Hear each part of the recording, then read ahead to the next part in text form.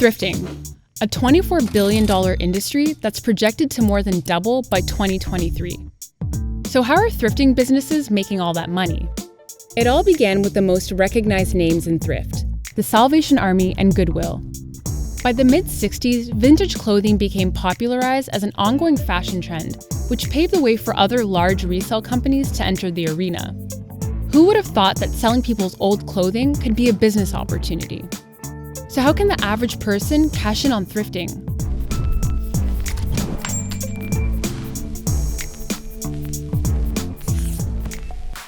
Today, thrifting is booming, making its way into the mainstream with a high demand for vintage clothing. You know, I've been in this industry for 20 years, and when I first started, there were some people where the idea of wearing anything pre-owned or secondhand was frowned upon.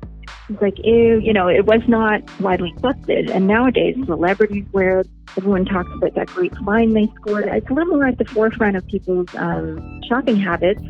Right now, over 33% of millennials are thrifting for their next vintage piece that expresses the current style. And those current styles are pretty much what was trendy 10, 20, and even 100 years ago. Plus, will no doubt be back in style again sometime in the future.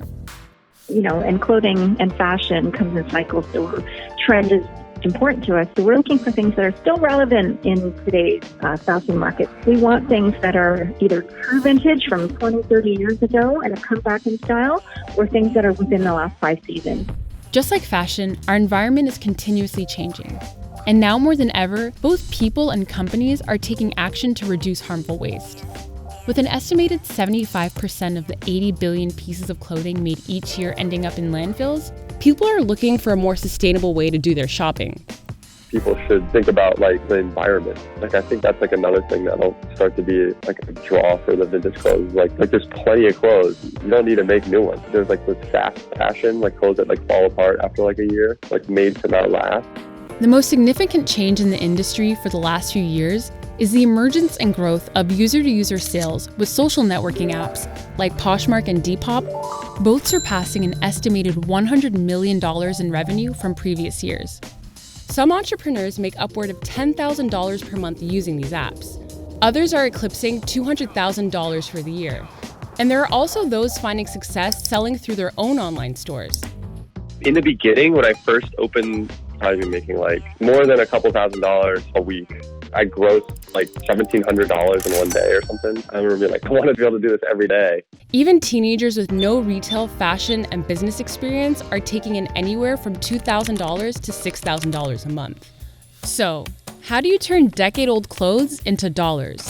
For most, it's those once fashionable pieces inside your closet that haven't seen the light of day in years that eventually become your first stock items. You can also visit family and friends to see if they have anything they're willing to part with. You'd be surprised how many of them are eager to give you their old stuff. Next, you can try visiting a local thrift shop to find vintage items for cheap and then sell it with a markup. It's the classic buy low and sell high business principle. Then there are companies with an abundance of dead stock. This is merchandise that was never sold or used by consumers that are usually stored in a warehouse that companies are desperately trying to get rid of. Another potential gold mine growing in popularity, rag yards. Here, literally tons and tons of used clothing are piled up waiting to be turned into rags or sold to vintage pickers.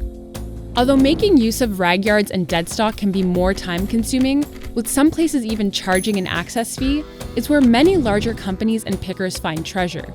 Sounds like the next reality show in the making.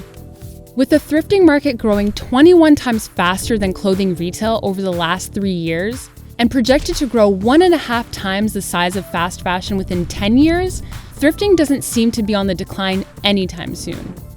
And with approximately 50 million people using thrifting apps, there are no shortages of savvy customers looking for the next great find. Let's face it, everyone has clothes stored away at home that's been seen less than Bigfoot. Whether it's something you choose to do on the side or go straight into full-time thrift mode, there's a great opportunity to profit from thrifting. We started off with $100 and a trip to the thrift shop, and now we're making $5,000 a month. It's awesome. There's a saying that goes, what's old is new. So why not turn old fashion into new money? Each week, New Money looks at a different industry to see how the people in it are making money. So if you liked what you learned, be sure to subscribe below and check out our other videos.